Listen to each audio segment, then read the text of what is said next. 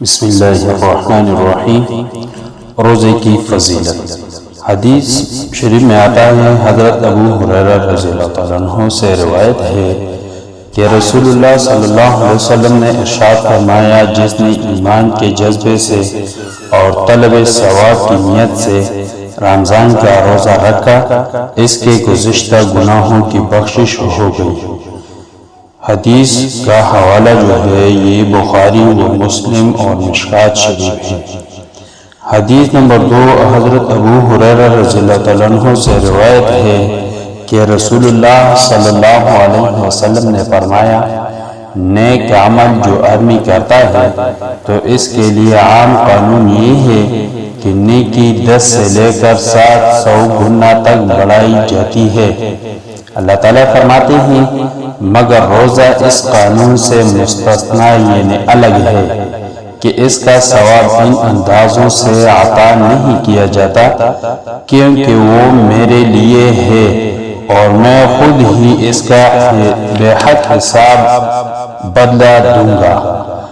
اور روزے کے میرے لیے ہونے کا سبب یہ ہے کہ وہ اپنی خواہشات اور کھانے پینے کو محض میری رضا کی خاطر چھوڑتا ہے۔ روزہ دار کے لیے 2 فرحتیں ہیں، ایک فرحت افطار کے وقت ہوتی ہے اور دوسری فرحت اپنے رب سے ملاقات کے وقت ہوگی۔ اور روزہ دار کے منہ سے جو بدبو یعنی جو خلو معدہ سے آتی ہے، اللہ تعالیٰ کے نزدیک مشک اور عنبر سے زیادہ خوشبودار ہے۔ وہ بدبو جو منہ سے آتا ہے وہ مشک اور عنبر سے زیادہ خوشبودار اللہ کے نزدیک ہے۔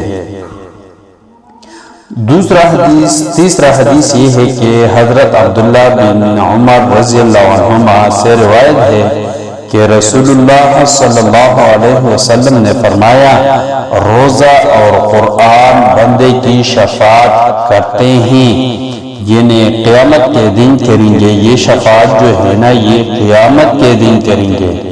روزہ کہتا ہے شفاعت کس طرح ہوتا ہے، یعنی روزہ اللہ کی بارگاہ میں جھگڑا کرتا ہے اور کہتا ہے، اے رب، میں نے اس کو دن بھر کھانے پینے سے اور دیگر خواہشات سے روکے رکھا، یہ اس کو میں نے اپنے خواہشات اور نفسانی اور ہر قسم خواہشات سے روکے رکھا ہے، لہذا اس کے حق میں یعنی اس بندے کے حق میں میری شفاعت قبول فرمائے۔ اور قرآن کہتا ہے، قرآن جھگڑا کرتا ہے، قرآن لڑیں گے ہمارے لیے کہ میں نے اس کو رات کی نیند سے محروم رکھا۔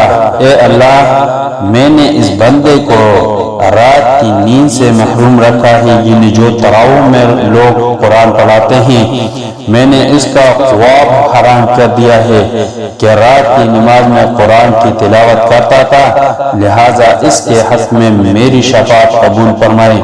چنانچہ ان دونوں یعنی روزہ اور قرآن دونوں کا شفاعت قبول کی جاتی ہے۔ اس بندے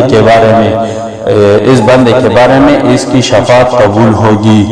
تو دوستو، یہ ہے ہمارا دین اسلام اور یہ ہے رمضان المبارک کا روزہ۔ اس سے ہمارا فرض بھی ادا ہوتا ہے اور اس سے ہمیں اتنا اجر ملتا ہے کہ ہمارے سوچ سے بھی زیادہ ہے۔ تو دوستو، رمضان آ رہا ہے، آج تقریباً 18 شعبان ہے، 13 دن باقی ہے رمضان المبارک کو۔ تو دوستو، میری یہ خواہش ہے اور میرا یہ آپ سے التجا ہے کہ اس بابرکت مہینے سے سب لوگ فائدہ اٹھائیں، کیونکہ ہم لوگ کہتے ہیں یہ لوٹ مار کا مہینہ ہے، یہ لوٹ مار کا مہینہ ہے۔ یہ وہ نہیں ہے جو ہم لوگ کو لوٹ کر رہے ہیں، یہ اس طرح کا لوٹ مار کا مہینہ ہے کہ اللہ تعالیٰ اس مہینے میں بہت زیادہ ہم پر انعامات کرتے ہیں۔ تو آئیے اس بابرکت مہینہ سے ہمیں بھرپور فائدہ اٹھانا ہے۔ تو میرا آپ سے التجا ہے کہ اس مہینے میں اپنی عبادت کر لے، قرآن پڑھو اور روزہ رکھ لے۔